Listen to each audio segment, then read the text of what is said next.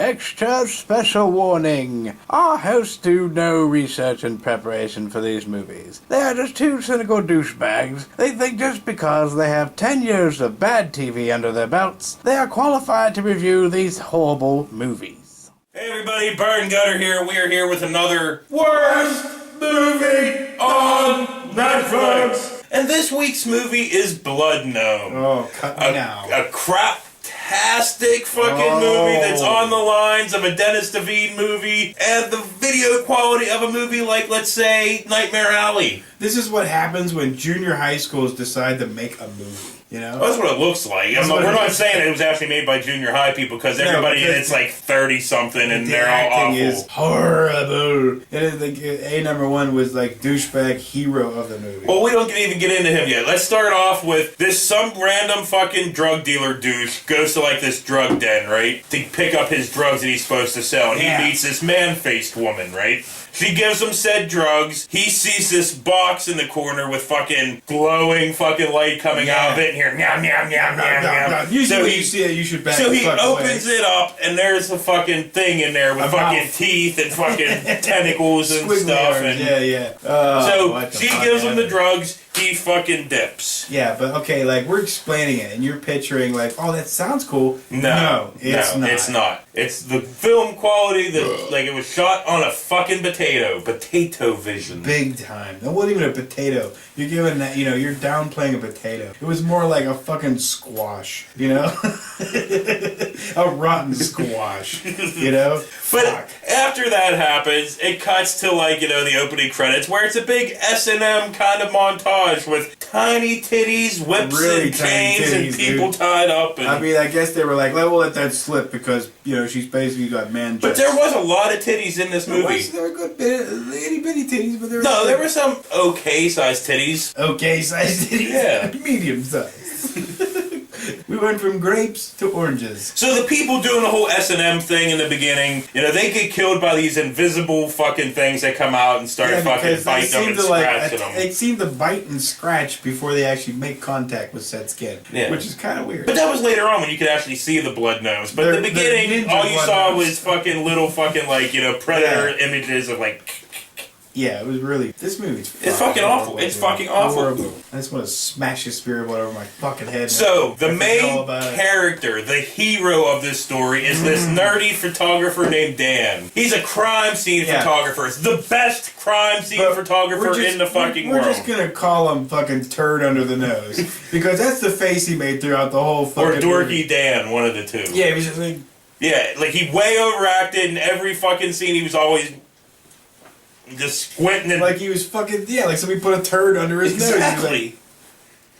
I mean, imagine if somebody put a turd under your nose. That's the face you're gonna make. You know? I fucking hate this movie. So anyway, he takes pictures at the first crime scene of the blood... what the blood gnomes killed or whatever. Yeah. And then he meets this dominatrix that, you know, wants information on her friends dying and blah, blah, blah. You didn't do it this time. You didn't say fucking blah. And then Dan has a flashback where him and his wife that's way too fucking hot for him. Yeah, way too hot for turd under the nose. And, you know, that they're all in love and blah, blah, blah. But we'll just skip ahead and say that she ended up leaving him and then her new boyfriend ended up suiciding her. You know, shooting her in the face and then blowing his own head off. That made Dan go insane and he was chucked into a mental institution. So Dorky Dan, right, he has this... turd face. He has this Sony camera that was recalled because of night vision. It can see through clothes, what fucking ever. But it can also see blood gnomes. Yeah, it can see blood gnomes too. Yeah. You know, that's awesome. So he's all running around trying to figure out what these fucking puppet things are. These rubber fucking puppet things. I like when they're in the closet where they're supposed to be doing this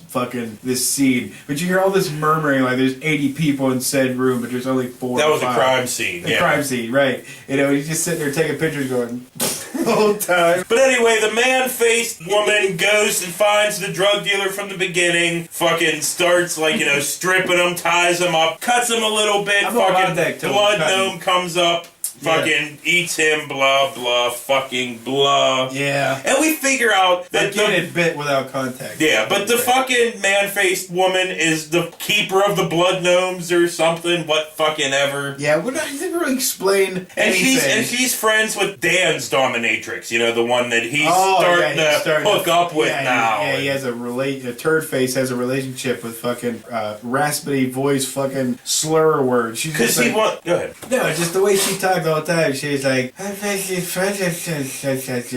could understand a word she was saying. But she's friends with the man-faced woman, and I don't really fucking care.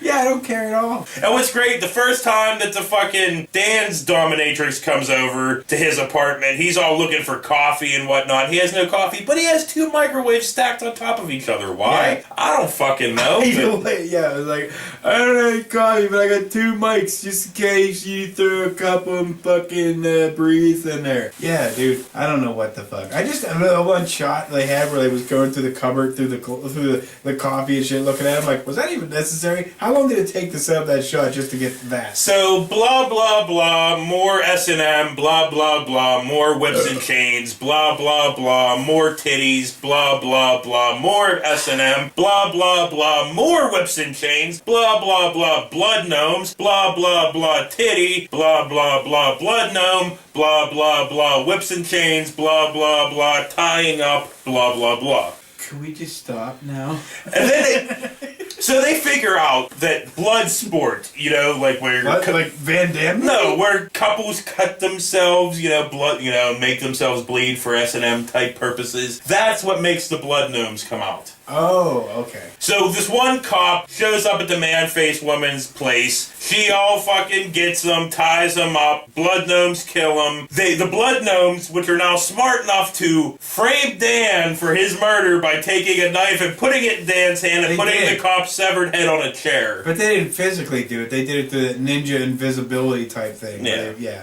So this movie. After that, Dan sees blood gnomes now without the help of the camera. I don't even know why, but he fucking can, right? So he kills... Well, he said it. He's like, I can see you now. He kills 1 blood gnome, kills a 2nd blood gnome, and then a 3rd. So Dan's dominatrix gets got by the fucking blood gnomes. They take her to this S&M club type place run by the man-faced woman.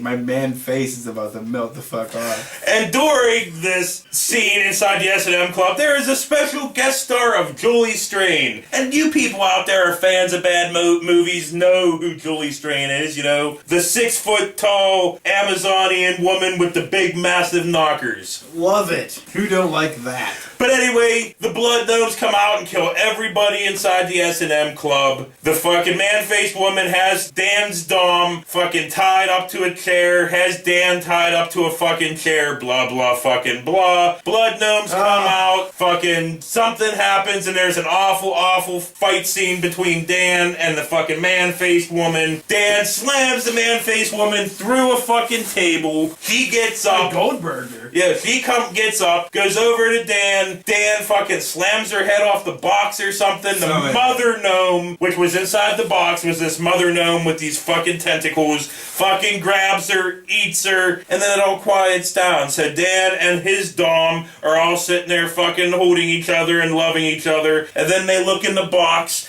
and it goes through the floor, all the way down through CG craptastic through the ground, and then at the very, very bottom, thousands of miles away, into the middle of the earth, there is the blood gnomes. They have survived. They are back. And then it just fucking fades to fucking black with some crappy Casio keyboard music while the credits fucking roll. There were movies that deserved a longer explanation than you gave fucking Blood Gnome. You gave Blood Gnome a longer explanation than you did most films. So yeah, anyway, that was fucking Blood Gnome. Yeah. We're not exactly sure what we're doing next week, but it'll be at the bottom of the fucking screen. We'll figure it out. So, for Bird and Gutter, this has been another one of the worst movies on Netflix. We said that all weird and different. Whatever. Now we're doing what? Blood Gnome. Oh, fuck you. This is your choice, dickhead. Hey, dude, we're gonna do Blood Gnome. People, some like dudes would take out my exes. I'd be all about it. There'd be no sadness there. You know all about that.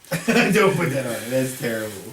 I don't want anybody catching that. Like, that guy's psycho. Just in case these bitches do get whacked, it'll come to me first. Dude, you fast forwarded through it, and thank fuck you did, because you fast forwarded through a lot of it. You're not supposed to tell them that I fast forwarded through and it. they're gonna do the same goddamn thing, and you can go and comment and say, yeah, I fast forwarded. That was pretty fucking bad. You don't even fast forward. You have the option to turn it the fuck off. You don't have to we have to fast forward because we at least got to see what we're looking at. Yeah, oh, there was a third. Whoa! You almost blasted it off her. Just end it. Stop talking about it. No. Hulk Hogan's movie could have done. No, not at all.